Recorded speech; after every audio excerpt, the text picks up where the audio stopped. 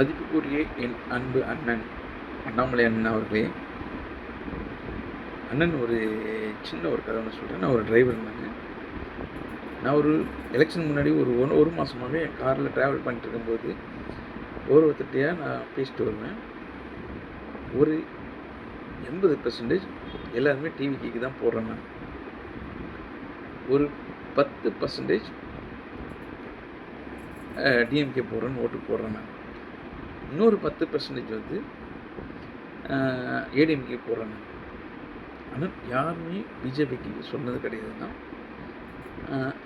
அப்புறமா அதுக்கப்புறம் எலெக்ஷன் வந்தாச்சு, எலெக்ஷன் முடிஞ்சிச்சு. அதுக்கப்புறம் ஒருத்தர் ஓட்டு போட்டு வந்துட்டாங்க. வந்த பிறகு ஒரு 2 நாள் கழித்து எல்லாம் ஒருத்தரும் ஊர்லேருந்து வந்துட்டுருக்காங்க. நான் ஒருத்தர் ஊர்லேருந்து வரவங்களாம் இப்போ காரில் பிக்கப் பண்ணிட்டு போயிட்டுருக்கேன். எல்லாம் கேட்கும்போது டிவிக்கேன்னு சொல்லி சொன்னாங்கண்ணா. அதுக்கப்புறம் தாம்பரம் ரயில்வே ஸ்டேஷன்லேருந்து ஒருத்தர் பிக்கப் பண்ணுறேன்.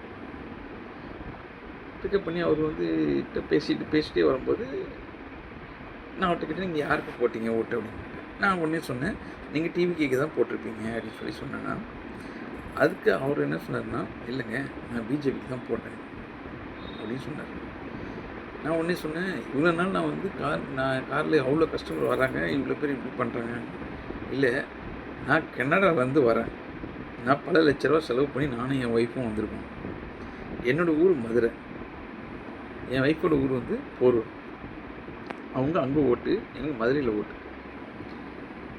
நான் மதுரைக்கு போய்ட்டு ஓட்டு போட்டு வரேன். நான் பிஜேபி அரசியல் எதுவுமே கிடையாது. எனக்கு அண்ணாமலை அண்ணன் அவ்வளோதான். நான் அங்கே வந்து அவரோட வீடியோஸ்லாம் பார்த்துட்டு இருந்தேன். அவர் எல்லாமே பார்த்துருந்தேன். எங்களுக்கு எல்லாருக்குமே அவர் வந்து ரொம்ப பிடிச்சிருந்தது. ஆனால் அவர் வந்து இந்த பிஜேபியிலேருந்து அவருக்கு வந்து எந்த போஸ்ட்டும் எதுவுமே கொடுக்கல. இருந்தாலும் அவருக்காக இங்கே ஓட்டு போட்டோம் அப்படின்னு சொல்லி சொன்னார். அண்ணன், நீங்கள் வந்து உங்களுக்கு ஒரு தொகுதி கொடுத்துருந்தா கண்டிப்பாக நீங்கள் தான் வின் பண்ணியிருப்பீங்க. அவர் சொன்ன ஒரு வார்த்தை எப்படி இருந்ததுன்னா எனக்கு புல்லரிச்சு போச்சுன்னா. ஏன்னா இருக்கிறது இப்போ வந்து விஜய் சாரோட சினிமாவோட எல்லாமே முடிஞ்சு போச்சு. ஃப்யூச்சரில் சினிமான்றது ஒன்றுமே கிடையாது. யாருமே ப்ராப்ளம் வெளியே வரவே மாட்டாங்க. இதுக்கு மேலே என்னென்னா சோசியல் மீடியா மட்டும்தானா. உங்களை சோசியல் மீடியாவில் எங்களோட மனசு, நான் வந்து டிவிக்கே ஓட்டு போட்டேன். ஆனால் இருந்தாலும் அண்ணாமலை என்னென்னா ஒரு மனசில் வந்து ஒரு அன்பு பாசம். உங்களோட ஒரு வீடியோ பார்த்துருக்கேன், எல்லாத்தையும் பார்த்தா நான் இப்போ உங்கள் இதில் நான் ஜாயின் பண்ணிட்டேன்னா. இருந்தாலும் நான் என்ன சொல்கிறேன்னா, ஆனால் இன்னும் 5 வருஷம் இருக்குண்ணா.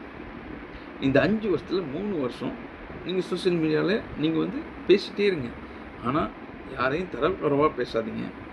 எதிர்கட்சியில் என்ன பண்ணாலும் அவங்களுக்கு வந்து நல்லது பண்ணால் நல்லதோ கெட்டதோ நமக்கு மக்கள் மனசில் வந்து என்ன தேவைப்படுது அதை மட்டும் பண்ணணும்.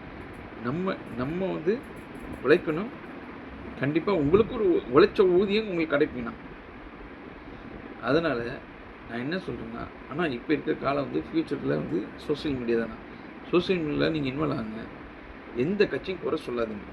நான் வந்து நீங்கள் குறை சொல்லவே மாட்டீங்க. இருந்தாலும் நமக்கு அது வேண்டாம்னா நம்ம நல்லது பண்ணுறவங்கள சந்தோஷமாக ஏற்றுக்குங்க. சந்தோஷமாக ஏற்று அவங்கள பற்றி பேசுங்க. மக்கள் மனசில் எப்படி கவரணுன்றது அது உங்கள் கையில். அதை நீங்கள் தான் யோசிக்கணும்ண்ணா. இப்போதைக்கு ஒன்றே ஒன்று நான்